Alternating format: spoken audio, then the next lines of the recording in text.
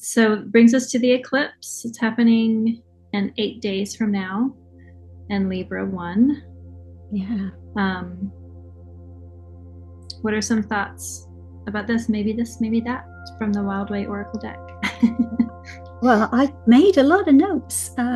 This is going to be visible over much of Europe, Northeast Asia, Australia. I was looking into the Saros cycles for it. It's Saros cycle 113, and it's a very old cycle. There's been 64 of them, and there's usually 71 cycles. The cycles are like 18 years apart of each eclipse in the cycle. So the last eclipses in this particular cycle were March 2006, March 1988, and February 1970. So we can maybe cast our minds back to what was going on for us, and that might give us some clues as to what might come up, because it's going to hit the same parts. Will it hit the same parts of the charts? Maybe not. That might not be right. Well, let's speak to that axis, right? Yeah. The Libra Aries axis, yeah. Yeah. So and this is the middle one. This is the middle Libra eclipse that's happened, because the first one happened in October last year, and then this one, and then the next one will happen this fall, that final one, before we move into the Pisces Virgo. So it's a continuation of what we've already been introduced to. So it's Venus ruled, as you've already said, and Saturn exalted. So the Libra 1 is about time to weigh up your options. Maybe this, maybe that. And you've got this bat hanging upside down, this beautiful card that Nicola Allen is that how I say it? Her reference there from the Wild Way Oracle deck. And she announced today that she's going to be writing a beautiful book on the decans, giving even more, all sorts of wonderful information drawn from various sources to sort of further pad out this information. But she's given us the keywords there of awareness of injustice, balance of opposing forces, and fairness. So again, those kind of questions might be coming up for us at this time. And it's about weighing up our options, assessing any situation with diplomacy and tact, which is very much a Libra thing. And the bat is a master of meditation. Encourages us to apply the same ideals when we're presented with an issue. And she reminds us to remember that there's opposing views to consider, and we might need to leave our own preconceptions behind if we want to reach a resolution. Any injustice will be exposed and judged. So that's a lot. Well, and just being South Node, it's like that's kind of maybe what we need to address so that we can let it go and move on from it.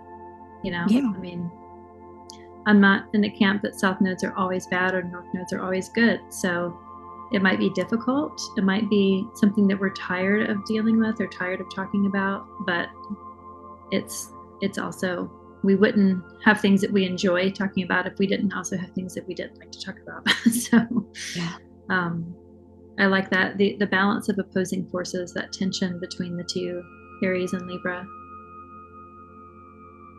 Should we move on? Shauna, do you have any thoughts? I'm just wondering what kind of decisions are going to be made when Venus does meet up with Saturn. And it feels like that the eclipse is actually going to offer that empowerment, is what it feels like, with both luminaries, highlighting everything. I feel like it's just going to offer that nudge, that push that we might not have seen before.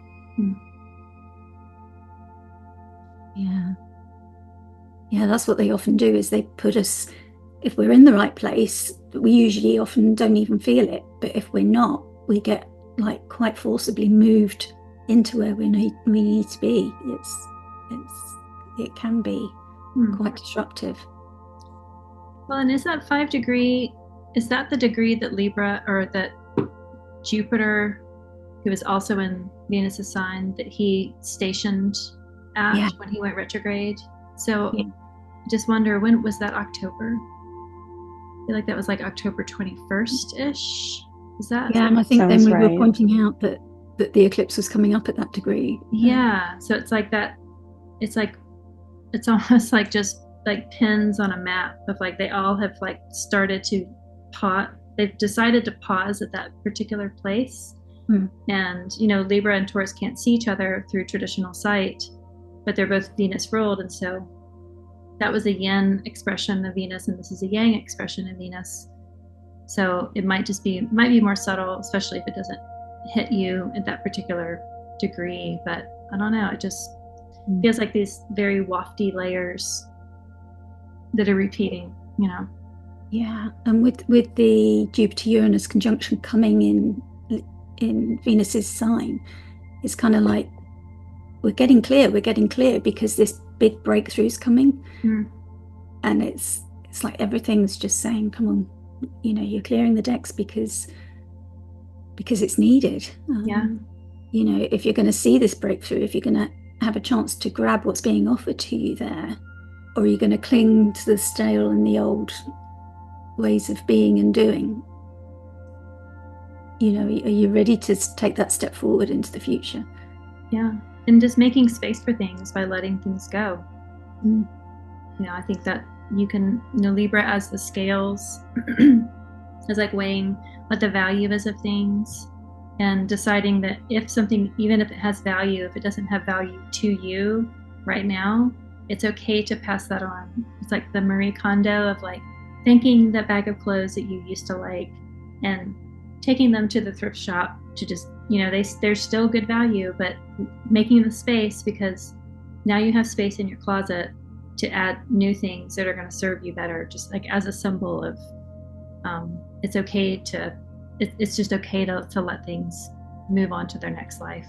And South Node, I think, kind of helps us. And if we can surrender to that a little bit, it usually is a little bit more gentle. But then sometimes eclipses are so nuanced. You're like, what was supposed to happen? Nothing really happened. Like that's the thing about eclipses. They are either smack you in the face or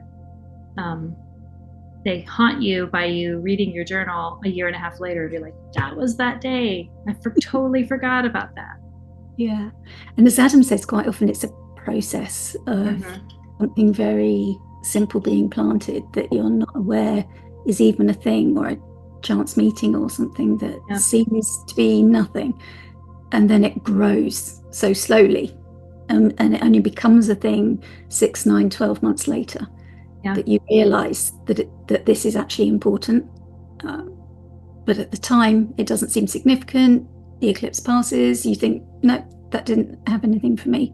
And it's like a pebble in the water. The first ring that it makes is very tiny, but then with enough space it just continues to reverberate, and then those concentric circles get bigger and bigger and bigger, and they literally make waves the further they're out to go. But it all starts with a very, very small thing, and then to go concentrically, we're not aware sometimes of the concentric circle waves that we create by just the tiniest little action.